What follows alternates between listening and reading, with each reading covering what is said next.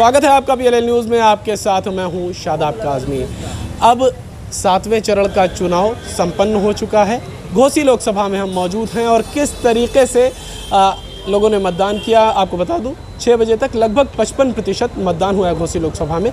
और ऐसे में मतदान के बाद किस तरीके की तस्वीर निकल कर सामने आ रही है और क्या लगता है घोसी लोकसभा कौन जीत रहा है, आइए जानते हैं। कि सीनियर पत्रकार हमारे साथ मौजूद हैं, प्रवीण राय जी। सबसे पहले आपका बहुत स्वागत है। धन्यवाद।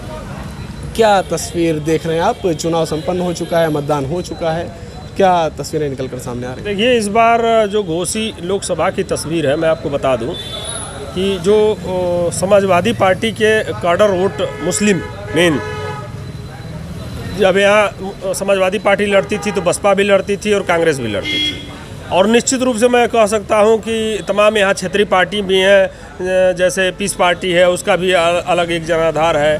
फिर जो है तमाम जैसे इस तरीके से बंटवारा होता था जो 30% तक ये आंकड़ा पहुंच जाता था। आज मैं पहली बार अपनी 20 साल की पत्रकारिता में देख रहा हूं कि 100% मुस्लिम कम्युनिटी के लोग समाजवादी पार्टी को वोट किए हैं। कहीं एक उधर एक वोट गया नहीं उनका।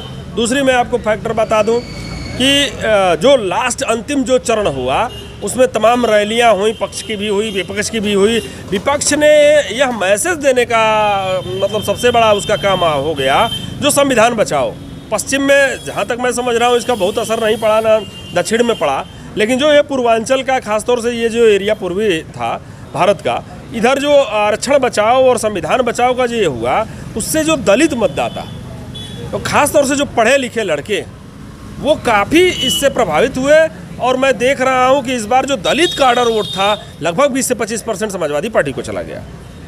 तो कमोबेश अगर हर विधानसभा, यहाँ 5 कुल लोकसभा क्षेत्र में 5 विधानसभाएं हैं, उन 5 विधानसभाओं को मैं तमाम हर जगह पे हमारे रिपोर्टर्स हैं जिनसे मैं जाना समझा, तो कुल मिलाजुला के बाद जो समझ में आई, यही समझ में आई कि जहाँ भी जैसे जहाँ समाजवादी पार्टी लड़ रही है, जहाँ साइकिल है वहाँ छड़ी से कहीं लड़ाई है, कहीं बहुजन समाज पार्टी से लड़ाई है। मतलब स्थिति यह है कि या तो समाजवादी पार्टी 1 नंबर पे लड़ रही है, अगर जहां नहीं है वहां 2 नंबर पे लड़ रही है, या जहां कहीं बसपा 1 नंबर पे है वहां साइकिल 2 नंबर पे है।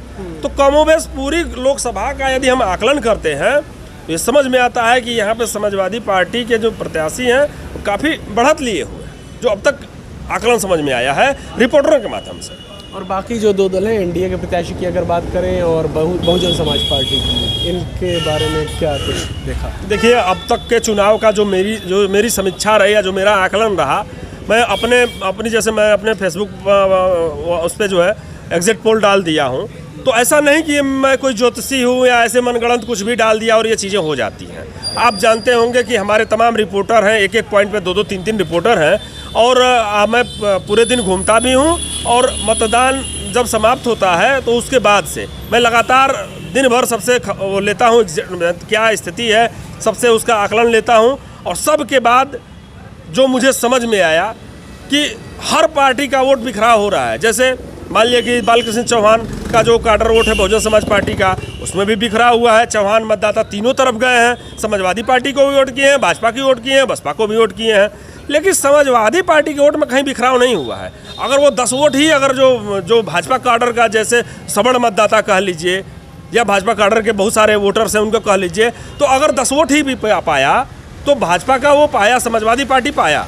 लेकिन ऐसा मत नहीं कह सकते कि जो सपा का वोट कोई इस संख्या में ले पाया हो। तो इस हिसाब से अगर देखिए तो हमको लग रहा है कि स्थिति समाजवादी पार्टी की मजबूत नजर आ रही है। आपने बताया कि एग्जिट पोल आपने जारी किया है, आपका एग्जिट पोल क्या कहता है? हमने एग्जिट पोल में ये दिया है कि 4,90,000 के लगभग जो है हमने बताया है कि ये समाजवादी पार्टी इंडिया गठबंधन से वो पाएंगे, और लगभग जो है 4,10,000 तक ये पाएंगे एनडीए गठबंधन के जो प्रत्याशी अरविंद राजभर, और 2,10,000 के समथिंग ये पाएंगे। जो शाम 6 बजे का 55% वोट प्रतिशत था, चूँकि अभी यहाँ पे गणना अभी पूरा एग्जैक्ट परसेंटेज लगभग 7-8 बजे तक आएगा, तो उसके हिसाब से मैं 55% के हिसाब से अगर 1-2% अगर बढ़ घट जाता है तो वोटों का प्रतिशत बढ़ घट सकता है।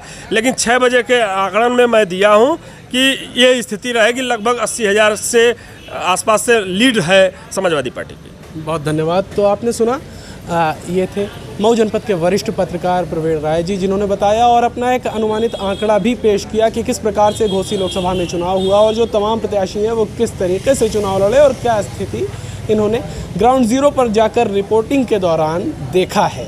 वीडियो अच्छा लगा हो तो इसे लाइक और शेयर ज़रूर करें। चैनल पर नए हैं तो चैनल को सब्सक्राइब कर लीजिए। धन्यवाद।